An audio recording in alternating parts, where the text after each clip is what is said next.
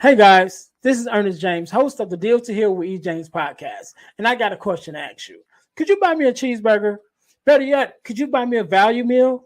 Yes? Well, guess what? I don't need a value meal. However, for the cost of a value meal, you can support this podcast to keep us on the air. Just go to Patreon/Deal to Heal podcast and choose any one of the three tiers that's available. And if you just want to make a one-time donation, go to Cash App and make a donation to $E James, the number 418. Make a one-time donation to the Cash App, or again, go to Patreon to support this podcast and keep us on the air. Thanks in advance. Be blessed.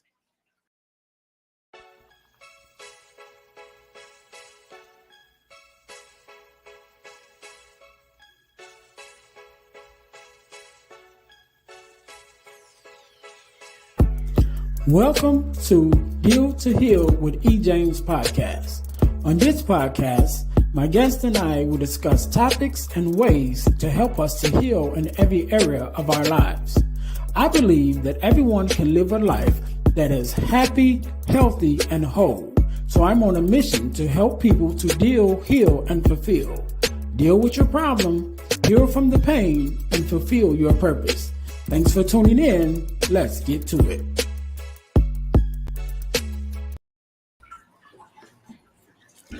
Welcome. This is the Deal to Heal with E. James podcast. I am your host, Ernest James, aka Friend to Fatherless Daughters on Instagram.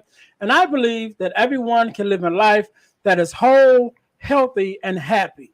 And therefore, I'm on a mission to help us to deal, heal, and fulfill.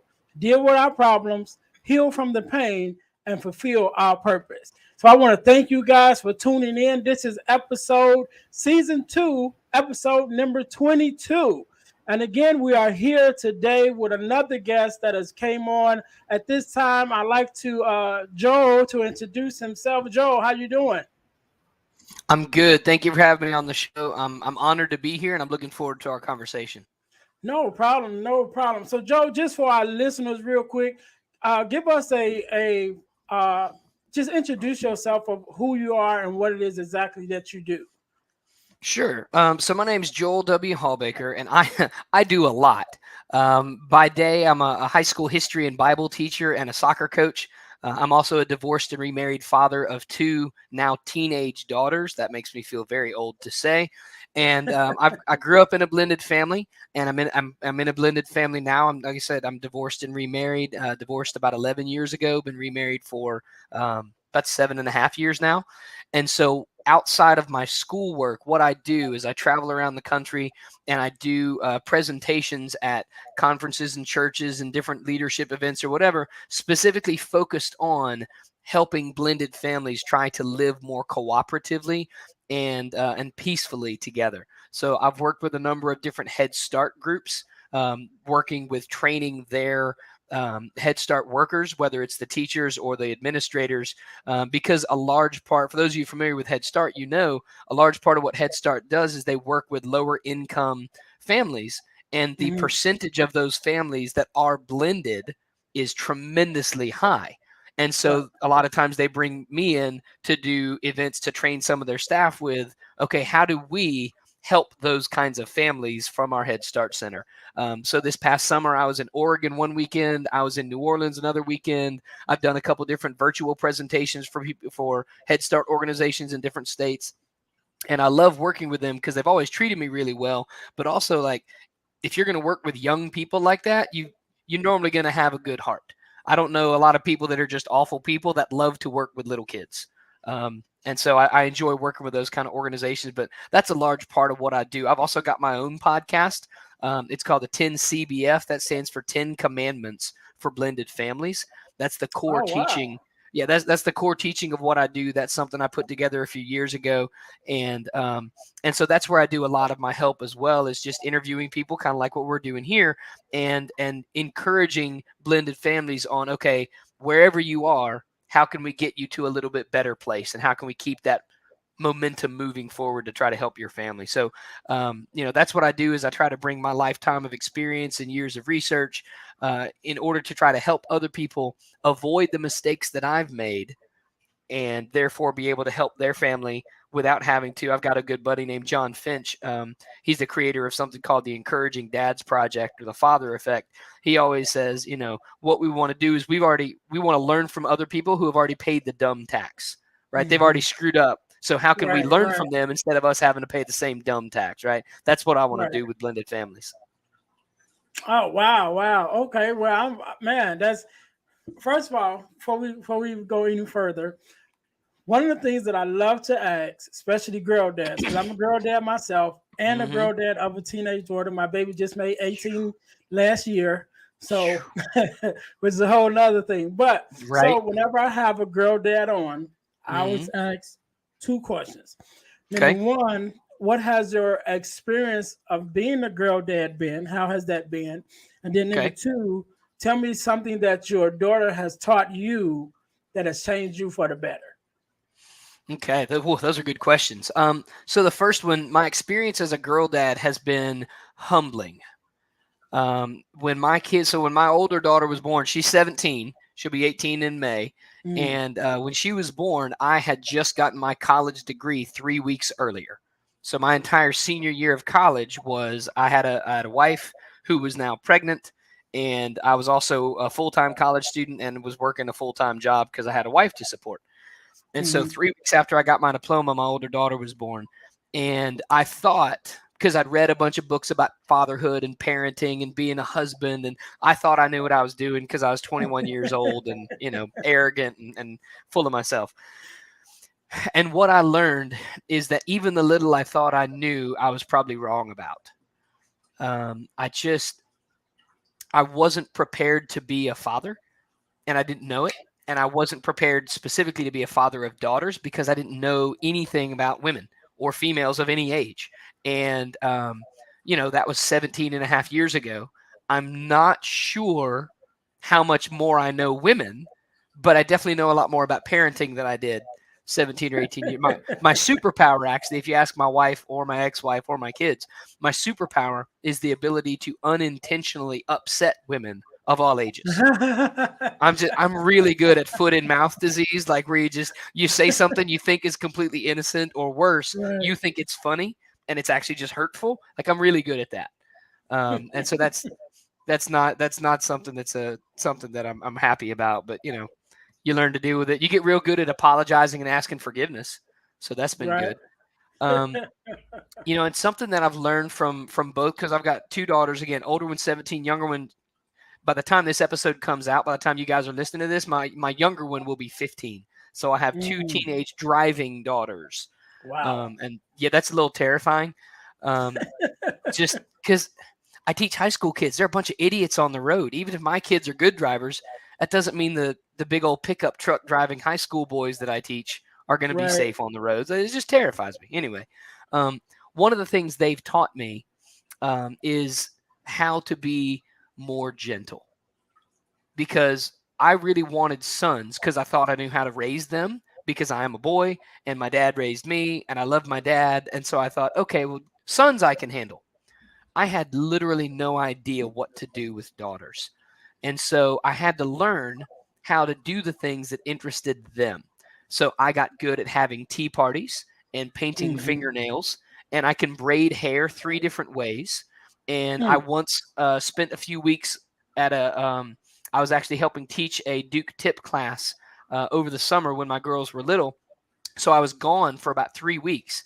And so I spent part of those 3 weeks learning how to salsa dance so that when I came home, I could teach my daughters how to dance with their dad, right? Or how to dance a little bit. Now, first of all, I'm terrible at dancing of any kind, especially salsa dancing. But when your kids are like 5 and 7, they don't know that. They just want to dance with daddy when the music's on. Right. So they didn't know that I was terrible at it, or that what we were doing was nowhere near actual salsa dancing. They just, we get to dance with dad, right? And so what they taught me is how to be gentle, and that being gentle is okay. Being gentle doesn't mean weak, right? And so that's something that they taught me that was very much a lesson that I needed to learn. And so I'm very, very thankful for that.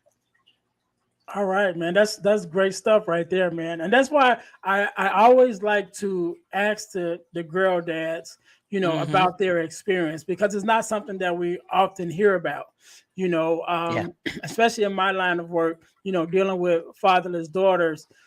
Yeah. it's like the other side of the spectrum, So whenever I have a girl dad on, like myself, I definitely like to ask them about, those experiences, just to kind of give a insight, to the listeners, and to the daughters that may be listening.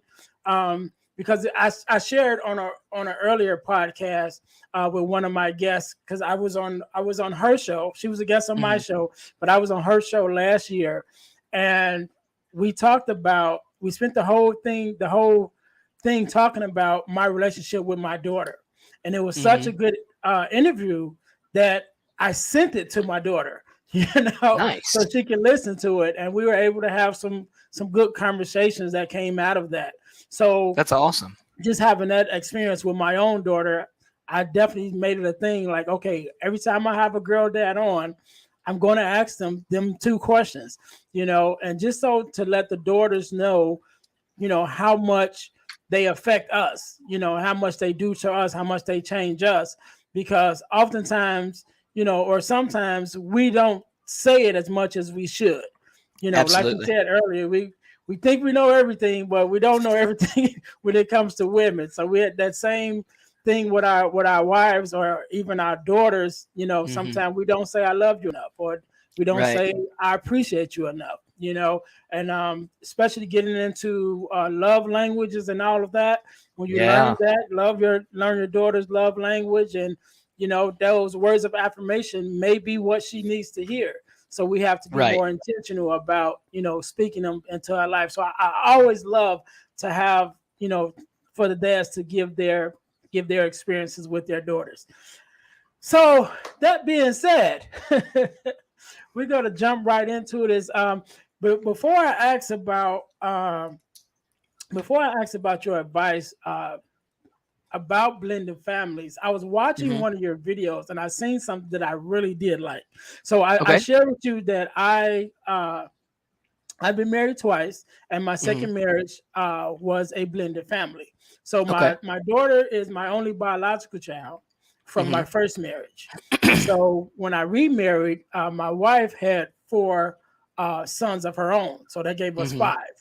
And so one of the things, I was watching one of your videos, and you mentioned about someone called you and asked you about just the fact that they were thinking about going into a blended family, and they hmm called you and asked you for some advice. And I thought that was so dynamic, hmm because it's one thing to say, okay, this is how you do it when you get into it, but it's another thing to say, hey, before you get into it, I think you Yeah. need to think about this or whatever. So I thought that was so cool. I probably could have used that phone call myself.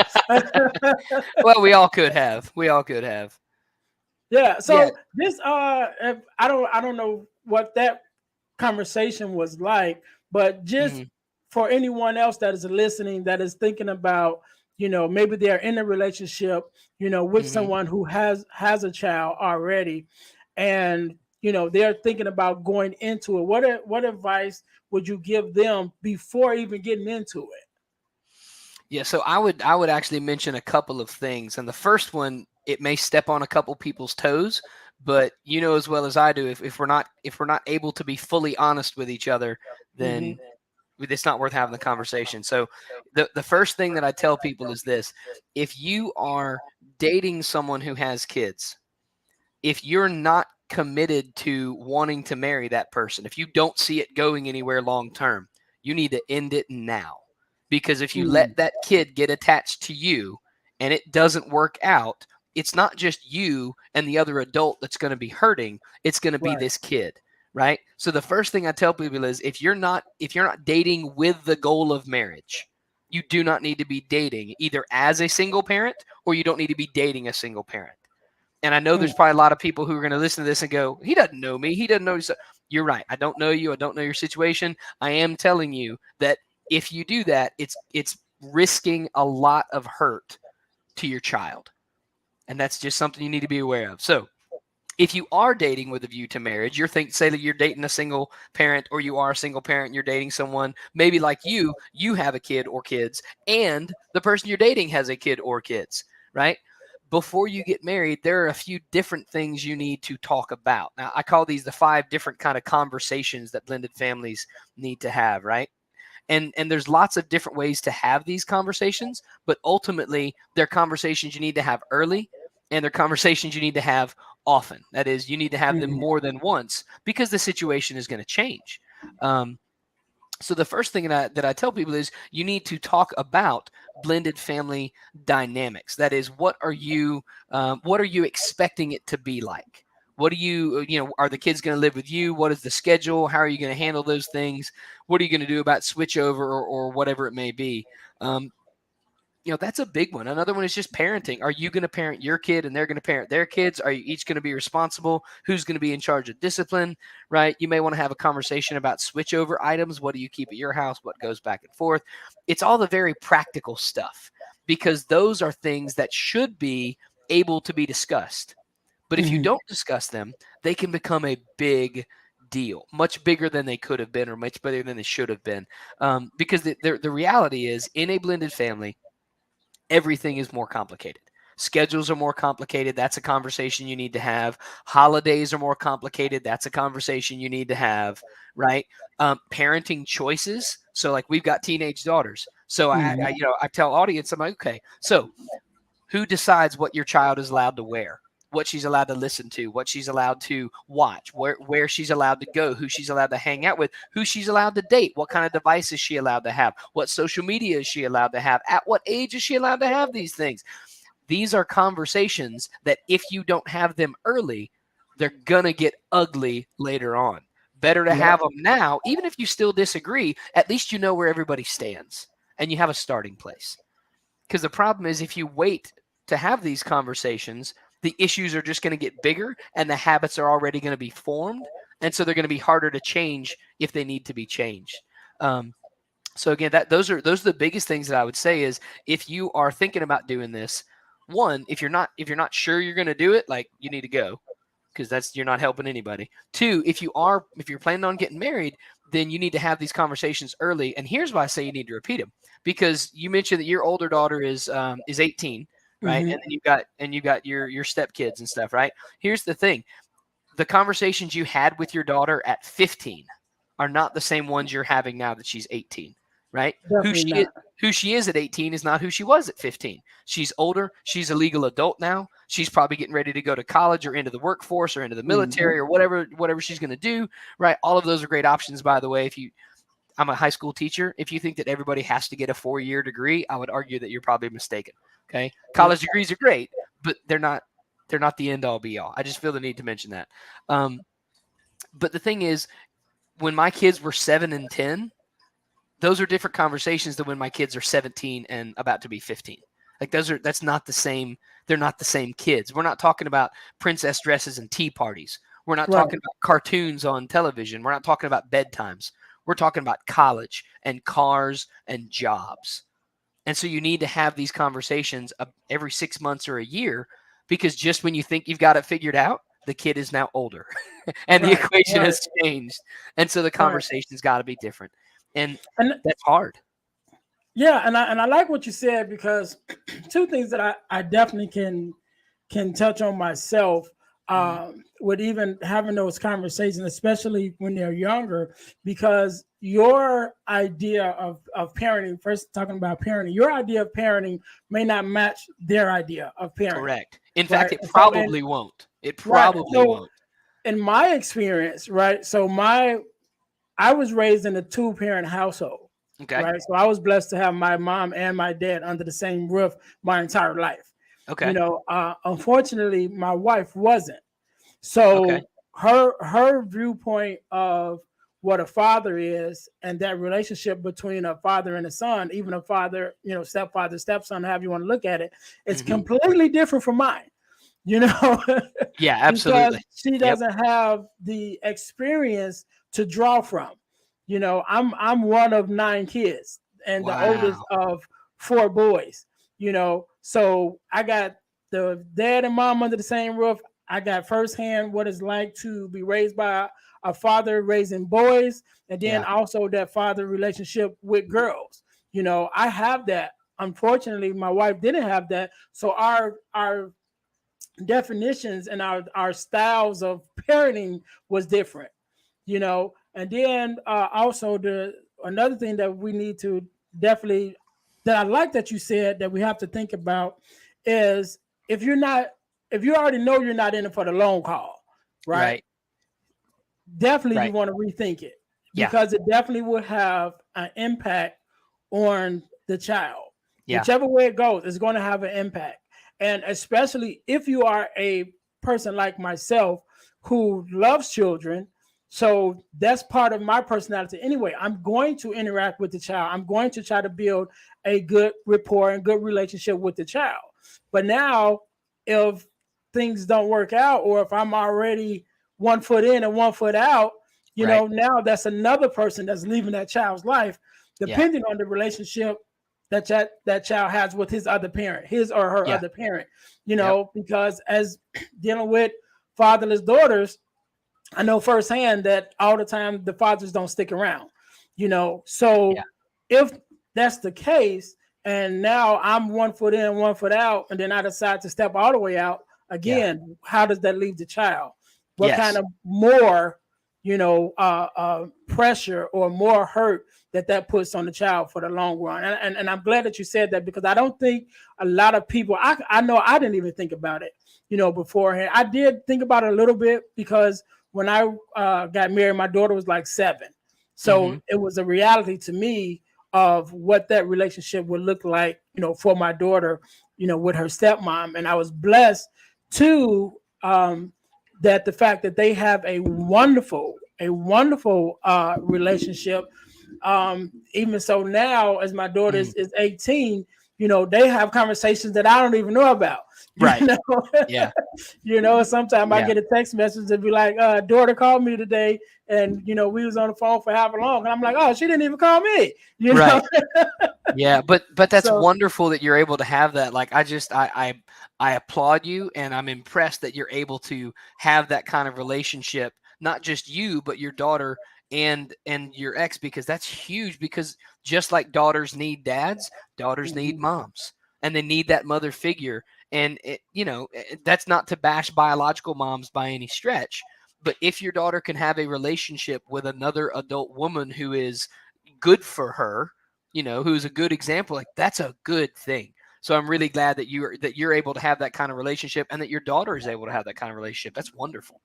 yeah, and I know how blessed I am and how blessed my daughter is for that relationship. So I always make sure, I tell her that I'm grateful that they they have that relationship, and I speak on it as often as I can, because it's not as common, as it should be. You know what I'm saying? And just the fact that it exists, I like to mention it, because to give somebody hope. That's it. It doesn't have to be, whether you're together or not, like we have been talking about, that relationship with that child is still going to be affected. And so even like you said, even with your mom and your stepdad not being together, but you guys still having that relationship, it's like, man, that's so important. So I definitely always praise her, her stepmom for that, for them keeping that relationship, and her even having that kind of effect in her life, that she even feel comfortable enough to keep that relationship alive, especially as a young adult. So I'm definitely grateful about that. So one of the things I wanted to ask you about is, when we think about the blended family, and I know that there's several hurdles, that they face. What do you think would be, or just what are some of the hurdles that a person or persons, now they're in? Because we talked about before you get in it, but I say, okay, now you're in it. You know what I mean? So what is something that they need to look out for once they get in it? Once they're already in, whether married or not, but they're in this relationship. These families have been introduced to each other. The kids have been introduced. You've been introduced to her child. She's been introduced to you. So now we're here. What is something or some things that someone in that position may want to pay attention to? So unfortunately, with blended families, Murphy's Law often takes effect, right? Murphy's Law, anything that can go wrong will go wrong. Right. in blended families, there are a lot of things that can trip people up. And it starts with your relationship with the person that you're in, right? Mm-hmm. Because both of you bring baggage to the relationship. If you've been married before, you bring married baggage. If you haven't been married before, you bring single baggage. But everybody brings baggage. They bring hurt from the past. They bring their own viewpoint of what they think the relationship would look like and whatever it may be. The problem is in a blended family, all of that is multiplied by however many relationships you've got in the past, plus whatever kids you may be bringing into it. So that's difficult. Another one is the kids themselves, however many kids you're bringing into it, whether it's yours or theirs or y'all's or whatever it may be. Um, Even in first marriages, children are one of the leading causes of divorce. That is disagreements about children, I should say, Mm-hmm. right? A lot of the same kind of thing can happen in blended families. I've got a couple good friends, David and Lori Sims. They run an organization called Nacho Parenting, right? And it's a way to help blended families that are really struggling take a step back and disengage from some of the conflict so that they can then be better spouses, because better spouses then help them become better parents, especially Right. to their stepchildren. Because that's one of the hard parts too, is depending on the age of your kids, they may more easily blend or they may not want to blend at all, right? And you may have seen it with your daughter. Depending on how old they are or the relationship you have with them, they may really like their new step parent. They may really not. And there may not be anything you can do about it. And that's really hard, right? It's hurtful for the step parent because they're thinking, here I am trying to love a child that Right. I'm choosing to love, and they're not reciprocating, and that's really hurtful. Yes, it is. You're exactly right. I'm sure that's very hurtful. And as a biological parent, you're thinking, why is my daughter or my son treating this adult that I love not well, right? And they may be doing that for a whole host of reasons. Mm-hmm. And so those are difficulty, and that's not even to mention issues with an ex, right? Because if you're trying to parent with someone that you are no longer in a close relationship with, it's very easy for one of the phrases I use all the time is hurting people hurt people. Right. So if you are hurting from your relationship that is now ended, it's very tempting to want to try to get back at the other adult by parenting your kid in a certain way. And Right. it's very easy to delude ourselves and go, well, I'm not trying to get back at my ex. I just want my daughter or son to be X, Y, and Z. Well, yeah, but if the way that you're trying to make them X, Y, and Z is purposefully done in a way that you know is going to hurt your ex, then you're Right. you're using that kid as a pawn on a chessboard. And that's not what we're called to be as parents. As parents, we're not called to win. We're not called to get our way. We are not called to be the favorite. We are called to raise our children the best that we can. And that means not acting out of our own pain. And so right now, I'm sure some of your listeners are cursing me and they're going, you just don't even know how bad he or she hurt me, right? You're correct. I don't know how badly they hurt you. I'm sorry for how badly they hurt you. I don't know the details. What I do know is your kids need you to be healthy and whole and happy, which is exactly what you said at the beginning, right? Mm-hmm. Your kids need you to be that so you can raise them well. If you are constantly hurting and constantly trying to get back at your ex, you're not raising your kids as well as you should. And if that means you hate me because I said that out loud, that's okay. You can hate me. Right. I mean this nicely, but like you can take a number. There are lots of people that already don't like me. That's okay. Right. I teach Right. high school for a living. Okay, Right. I'm not concerned about if everybody loves me. But it's truth what you're speaking about, and I know um, one of the things is, especially when you're dealing with your children, Hmm. and you have a spouse or ex, should I say, that's really, it's not even so much about them trying to get back at you personally sometimes, but it's just that they don't want the new person Yeah, to have what they wanted or what yeah. they used to have. You There, know what it's I mean? very yeah. And It's so, very easy to get resentful because you think they're either trying to take your place or you're mhm, jealous because it's like, wait a minute, why didn't you treat me that way? right, right. Why didn't we have that? And Yeah, those are valid questions to ask. right, right. But what happens sometimes is because that's how you feel, Hmm. you either knowingly or unknowingly put those same thoughts, Yeah. into your child, depending on how you're raising them, and it Yeah. becomes an issue, Yes. or it could become an issue in the relationship. And I know one of the things that I having some issues early on with my daughter and her stepmom. I had to tell her, you know what, listen, don't even worry about what's being said or who said what, whatever. What you have to focus on is how you treat that kid, Yeah.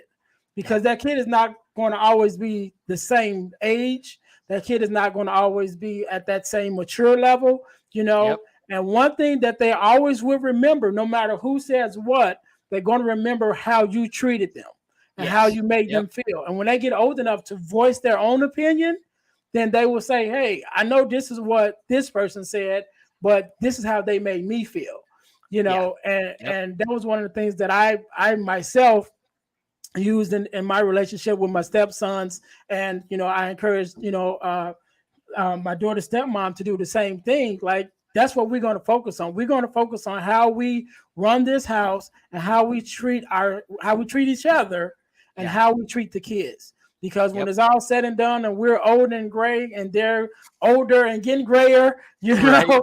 they're going to remember how they was treated in the midst Yeah. of everything else. And that's what's going to stand in the end.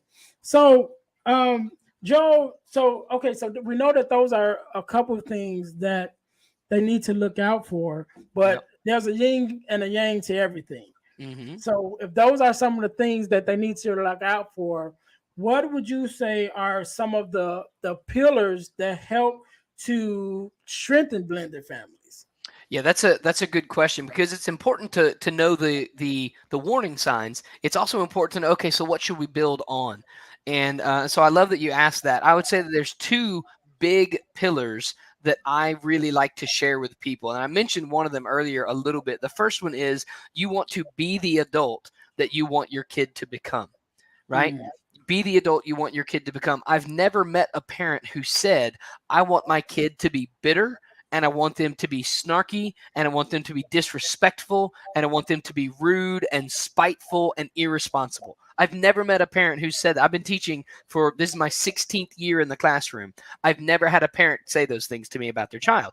As parents, we want our kids to be happy and healthy. We want them to be respectful. We want them to be responsible. We want them to be to have integrity. We want them to be, contributing members of society, however you choose to define that. That's what we want our kids to be. That means you need to be that to show your kid what it looks like. If you want your right, kid to be loving, you need to be loving. If you want your kid to be kind, you need to be kind. If you want your child to know you don't have to respond in anger just because someone treats you badly, then you need to show them you don't have to respond in anger just because someone treats you badly. If you want right, your kid to know if someone is rude to you, you don't have to be rude back to them. Then you need to show them that. And let me be the first to say, I have failed at this as a parent plenty of times.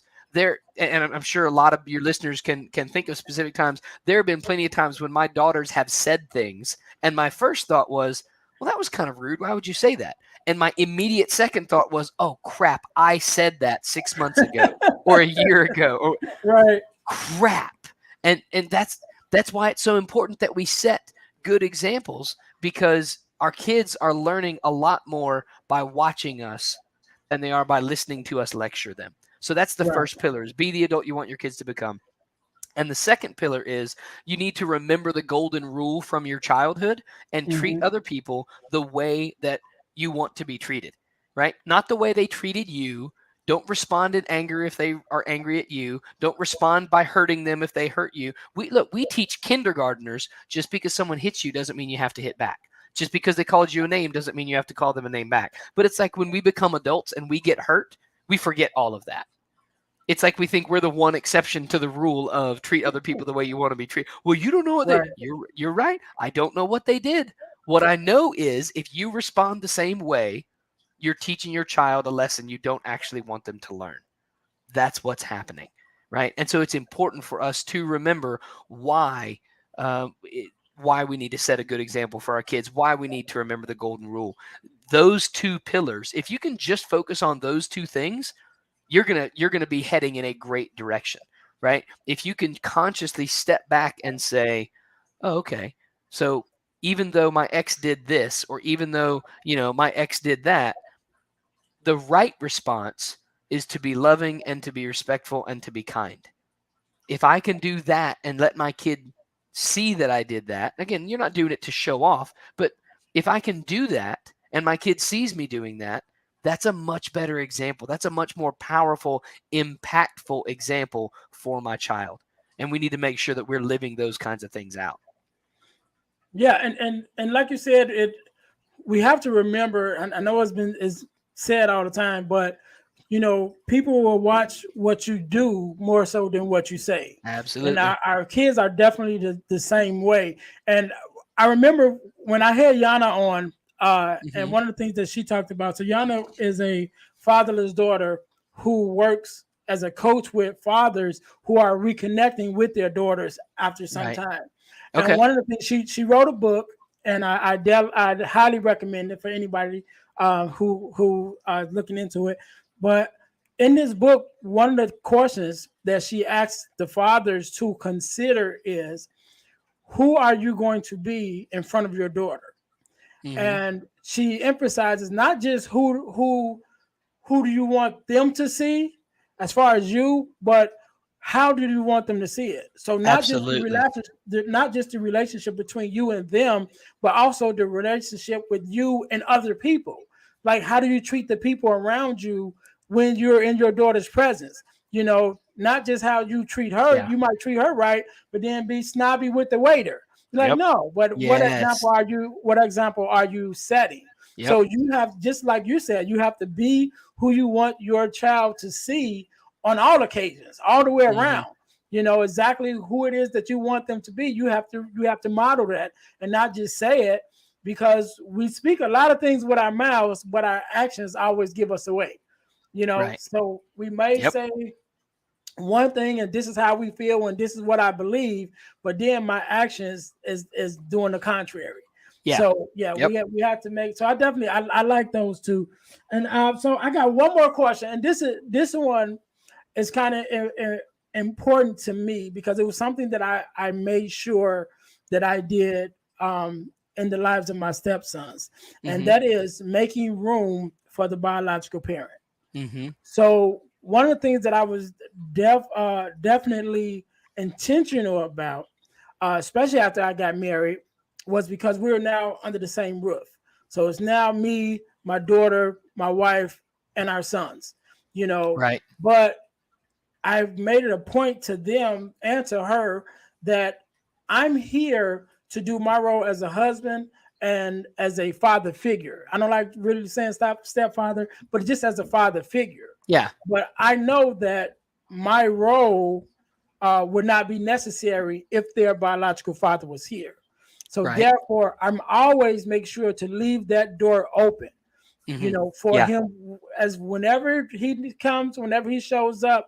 Hey, when you're here now, take your time. This is your time to be with your sons. You know what I mean? And I wanted to make sure that my relationship with him was good, my relationship with them was good, and that they know as well as I know, I'm going to be here for you. I'm going to be a father figure. I'm going to be here every day, but I am not here to take the place of your father. I'm just here to help until he comes. You know what I mean? Yeah, so, I think that's wonderful. I think that's awesome. I love your willingness to do that.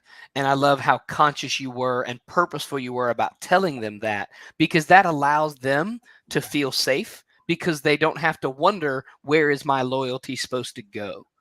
Right? They know dad is always going to be dad, but they also know that you are there if they need you. You are there to help. You are there to help raise them. You're there to encourage them. You're there to gently hold them accountable when you need to. But dad is still dad, and I think that's really I love that. I'm impressed that you're able to do that, and I love your commitment to that, because that's one of those things that if you haven't been through it, it's hard for people to understand just how important that is to those boys. So I love that. I think that's awesome. Well done. Yeah, thank you. And like I said, it comes from me, again, being raised under the same roof with my dad. You know, and knowing how important that relationship is. Right, and that's exactly my point, because my dad raised 4 boys, Hmm. right? And so now I have these 4 stepsons. Right. And again, I'm unfortunately a stepdad for a reason, because there was Hmm. some kind of disconnect between their biological father and their mom. So now I have to step in. But me knowing that relationship and how important that relationship is, of a father and a son, or a father figure and a mentor or whatever, but just that male influence on your life and how important that is. I wanted to make sure that I was, number one, filling that gap and being that person, but leaving enough room for the dad to come in when when I was around. And I wanted to Right. make sure that was known, because like you said, you don't want the child to feel like they have to choose sides, because you can be the best, step parent in the world, and that child still feels torn between, I want to love you, I see what you're doing for me, I see how you treat me, I see how you treat my mom, and it's great, but at the Right. same time, my dad is over here, Yeah. Dad is still dad. and I don't Yep. want to have to choose. Yeah. And so I was very intentional about letting them know, no, you don't have to choose. I'm going to do my part, Right. but definitely be loyal Yeah. to your father, be loyal to your Yeah. parents, and Yep. there's no hard feelings because you're Yeah. supposed to. You know what I Yeah. mean? And so I was very intentional about that. And so I Hmm. just like to, speak on that, because I want other people to know it's possible, Yeah. and I believe that's the right way to do it. You Hmm. leave that door open for that biological parent to be able to be a parent. You know, Yes. Yeah. you're Because you're not in competition with them. right, Yeah, right, and like you said, it's important for them to know that it's good for you to still be loyal to your biological parents. It's good for you to love them. I want you to love them. You need to love them, and I'm here to help with that, not to get in the way of that. I just, right. man, that you can't overstate how big a deal that is. I think that's awesome. Yeah. Well, thank you, Joe. I appreciate that. Absolutely, absolutely. So, Joe, man, I definitely appreciate you being on, man. I definitely appreciate your wisdom and your knowledge. Um, I'm going to give you the last. You can have the last say. So, tell us your social media handles, whatever, where we can find you at, Okay. and if you have a word of encouragement or a last word to leave us with, the floor is yours. I appreciate it. So yeah, you can find me. I'm on Facebook, Instagram, Twitter, and LinkedIn under my name. It's Joel W. Hawbaker. And you're not going to find a lot of other Hawbakers out there. So if you search for Joel W. Hawbaker, you'll probably find me. You can find my 10 CBF podcast on Anchor, Spotify, iTunes, anywhere you listen to podcasts. You can find my podcast as well. I've got a couple different websites. One of them is called stepdadding.com. Again, I'm not a stepdad. I didn't start the website, but the guy who did was a stepdad, and then he asked me to take it over a couple years ago. There are so many good resources on that website. We have a free online course for blended families. We've got tons of articles. We've got all kinds of stuff there. If you're interested in my speaking presentations, go to my other website. It's joelwhawbaker.com. And there you can see the information about the presentations and that kind of stuff. But I would love to connect with any of your listeners if they got questions or if they just want to find some of the encouraging stuff that I post for step families, blended families. Please come and do that. Um, so I was raised in the church. I'm an outspoken Christian, and so a lot of things that I share come from that standpoint. It doesn't mean you have to be a Christian for these things to work, but I think it's important to share. That's where my heart is. That's where I come from. That's why I call my podcast the 10 Commandments for blended families. That's where everything comes from. Um, One of my favorite quotes that I love to leave people with is this. It's from The Lord of the Rings by J.R.R. Tolkien, which is my favorite book of all time, and he says this. All we have to decide is what to do with the time that is given to us. Right. And I love that quote. We all get 24 hours a day. We get 7 days a week. What you do with it shapes your life. The choices you make, how you spend your time, those things shape your life and they influence the lives of the other people that you're around, specifically your spouse and your kids. So if things aren't where you want them to be, you've got to change how you spend your time. Right? All we have to decide is what to do with the time that is given to us. Listen, it's been an absolute pleasure being on here. Thank you. It's been an honor. I've had a great time, and I would love to have you on my podcast at some point. So we need to make sure we make that happen as well. So thank you very much for having me on your show. Oh, no problem. No problem. I definitely will be reaching out to you because I definitely, like to spread myself around, I guess you could say. Absolutely. So again, I thank you. I thank you, Joe. I definitely appreciate you being on. To all the listeners, I thank you guys for hanging out with us and listening. Again, this is the Deal to Heal with E. James podcast. I'm your host, Ernest James, and I am on a mission to help people to deal, heal, and fulfill. To deal with your problems, to heal from the pain, and to fulfill your purpose. So until next time, I will see you later. Hey guys, I know you're enjoying the podcast. However, don't forget to join our text line at 866-326-0730. That's 866-326-0730 in order to receive text messages with new events and things that is going on and new episodes as they release. All right, see you in a minute. Thanks for listening to the Deal to Heal with E. James podcast. Remember to listen, like, subscribe, and share. This episode has been brought to you by Deal to Heal Teas. Put some inspiration in your situation. Wear an inspirational tea and be inspired all day. Let's go to dealtohealteas.myshopify.com. Remember, our mission is to help you to deal, heal, and fulfill. Deal with your problem, heal from the pain, and fulfill your purpose. Thanks for listening.